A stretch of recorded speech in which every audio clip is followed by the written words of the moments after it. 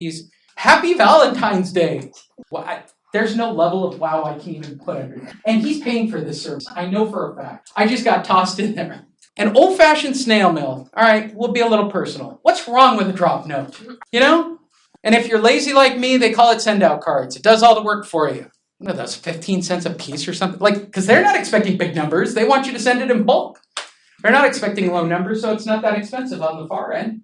I use the cheapest envelopes from CVS. I use a single page. I write it in felt. I Xerox it and send it out multiple times. You know why? Because a Sharpie on white paper Xerox looks like a Sharpie on plain white paper. Handwritten notes still work. Keep it simple. There's nothing here that anybody in the room can't do with the sphere of influence you already have. On any level, for any business or any service. And they all work.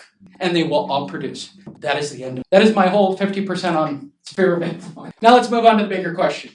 Lee, how do I get more buyers and more sellers? That is the million-dollar question as I check my time. Can that really be the time? Sure. All right, let's get to it. I know we started late. All right, how do I get more buyers and sellers? You date them. You don't believe me? You date them. They don't know you. It's a blind date. They don't. No matter what system I come up with, no matter the approach I've come up with, it's a blind date. That first time you meet somebody in a cold start situation, there is no difference. Why do I pick a blind date? You've all kind of done a blind date. Everybody's been through this. They don't know you. It's a feel out, right? The buyer or seller gives you their contact information if it goes well, and believe it or not, here's the psychology, you have 90 seconds from the first time you meet somebody. Most of you made up your mind about me, no matter what it was I was going to say, in the first 90 seconds of what I was talking about. Wow, that's tough. I don't really warm up for about the first 30, but that's reality. You have 90 seconds. So why does door knocking fail so all the time? 90 seconds? You don't even get 90 seconds. No, I'm not interested. Click buy. Doesn't matter that you're a good person. You're not getting the time necessary. So you move from the blind date to an actual date, right? So they've given you their information. They're allowing you to follow up with them after you talk to them the first time. Yeah, drop me a line. Maybe I'll be interested in the next 30, 90 days, whatever. Follow up. You reinforce the message. Well, since none of us are following up with our past clients consistently, we're already dead on the new food chain. So where do I see even the problem with my own coaching students? They create all these leads from the way I like to do marketing, and they don't follow up. It makes me crazy every day. Engagement. So you work with them, you follow up with them, everything's great. Now they're engaged to you. They're committed. They're out looking. They're out buying. They're out shopping. They're out selling. They're there, right? They're referring people to you at this point. They love you. You're engaged. It's for real. It's love, right? You are their go-to person. You are their expert, in fact, which leads to the marriage. They actually sign a contract. You get paid money. And in my opinion, the highest service level point, you can't go far enough at this point to imprint yourself on your client. I don't care if it's a buyer or a seller, because you're going to have children next. And I mean that literally. If you don't have clients bringing new clients to you, there is something dramatically wrong with your service that you're providing. You should be doing your job so well that they're just constantly bringing it, or as Seth would refer to it as intravenous marketing. I don't know if I agree with that terminology. It seems very aggressive in the world of Seth Godin, but for those that read, it's called intravenous, right? Your clients bring new clients. They are the offspring of what you have done. Everybody agree that this is the way it should be? All right, which really means, how do I get a blind date, right? All right, it's knowing the difference. Sorry, I'm going to slide ahead. It's the niche. Everybody in this room has to make a decision if you want more listings or more buyers. You have to commit to a topic in this market. You do. And that's my opinion. If you're going to work with buyers or renters or commercial or development or sellers or expireds or cancels or probate or something, be the master of one thing. Oh, I'm sure you guys have read that book, right? One thing, well, period, blah, blah book. Right. This is the truth about real estate. We're all over the place, right? And that's the problem with the way people teach. You should be doing a lot of different things for your marketing. No, you shouldn't. You should be doing one thing that works and repeating it over and over and over again, getting the same result. Got it? I personally, people ask me all the time, we'll get to it. I like default properties. Shortest line in the park. There's one thing I know about real estate that will forever happen. People will not pay on their houses. And I know statistically, once they stop paying, they will never stop paying. They won't pay again. They just won't. They don't. But Lee, that's a short sale. 50% in Orange County have equity, and they're walking away from equity. Every time I hear about an REO sale, I shrug. That's another 50 sales somebody didn't get. Why? I'm afraid of the short sale. Let's call it like I see it. It's being afraid of something that doesn't even exist. There are mitigators now, for goodness sakes. There are people who will handle this. Well, I can't because of my broker. Your broker's in the Stone Age and clearly doesn't care about making money. Okay? There is nobody at these houses. Nobody. I interview when I go to the door because my marketer is more prevalent than anything else with me. So I interview people who miss payments. Well, have you talked to other realtors? No, I haven't seen it. You're the first one in 6 months. Yeah, kind of knew that. It works so well for me that for me to get the 36 to 40 properties I need every 2 weeks, I go out once every couple of weeks. And I only require 40 properties. I'm going to show you that method in a second.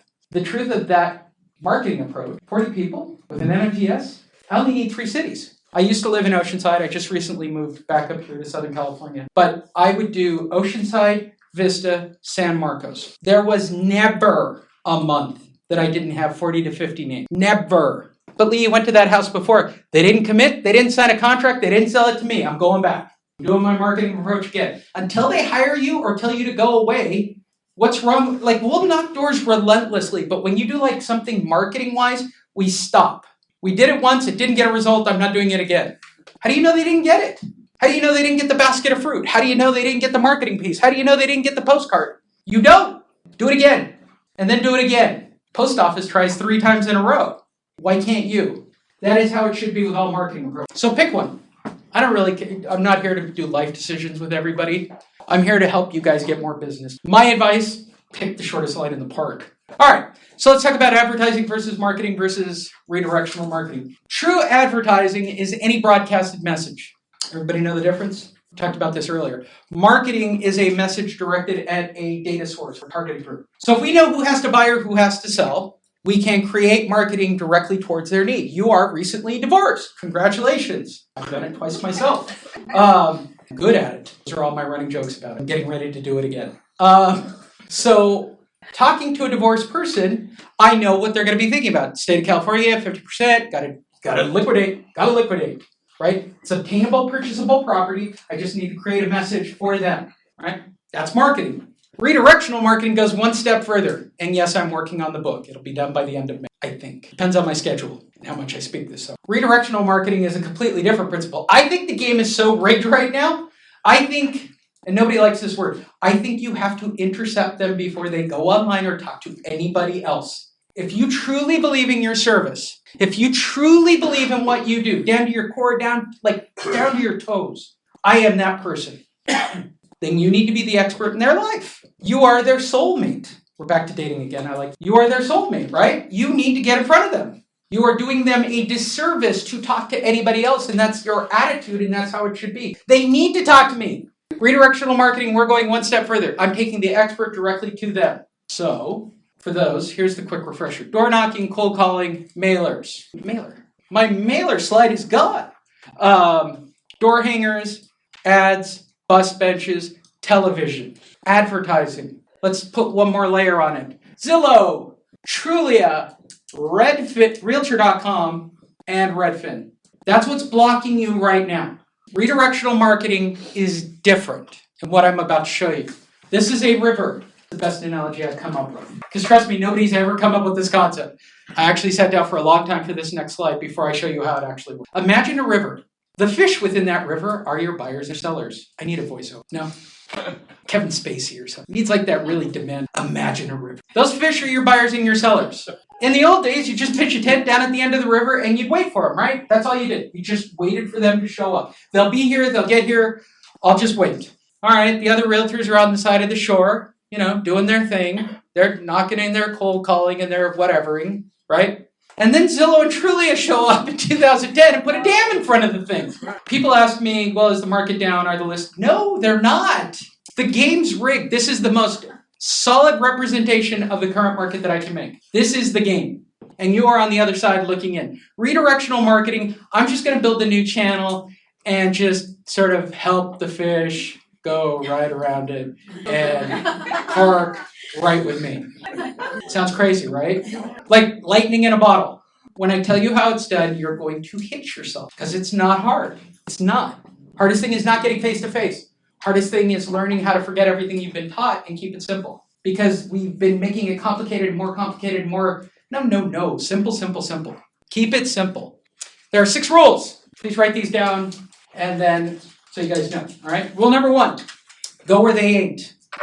I didn't write this rule. This rule is the oldest rule of marketing. If I stand in the shortest line, it does not mean that Space Mountain is any less good than Cars Land. It just means I showed up and there was no line.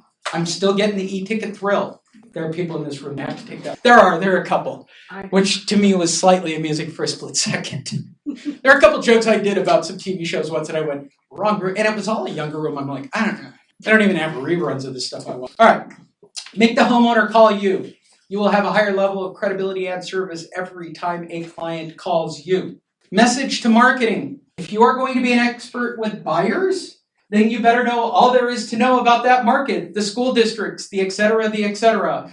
Doesn't matter if it's divorce, doesn't matter if it's probate, doesn't matter if it's expired, doesn't matter if it's canceled.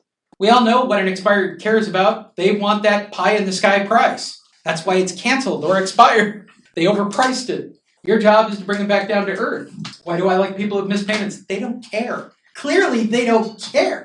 It's cheap too. Duplicate, replicate, and predictable outcomes. Or, I will translate, do one thing really well, do it again and again and again and again and again, get the same outcomes. My prototypical coaching student gets averages 20 listings per month. She closes 20% of her deals every month. In Scottsdale, if you do the math on that one in your head, it's a couple. There's 2 of them. Scottsdale is about as good as you guys, maybe even a little bit better. So you're looking at 2 to 4 closings per month while maintaining 20 listings. That is the most prototypical model on the planet. How much work do they put in? A couple of hours on Monday, a couple of hours on Tuesday, right? One thing over and over and over, replicated. Last but not least, work less, get paid more. When I came up with this, was based on my work ethic. I do still go put marketing out. I don't like it. It is a necessary evil if I want to get a deal every month. It is. They're not going to come to me. Nobody's all fired up to give my listing that should go to a realtor, to an investor who's just looking to buy it at the cheapest possible dollar. Nobody is. I'm the last person they should want to see. But if I go in front of all of you to the front of the line, get one of those fast pass jobbies, just skip right to the front of the line, they don't even know about you. There's no other experts around. It's just me. I'm standing at the front of the line, and I get to sit in the first seat of the first car. I get my choice. Why? Because I'm in front of all of you. And it's because I applied these rules. Really simple stuff. You got it? So here's how it works. What?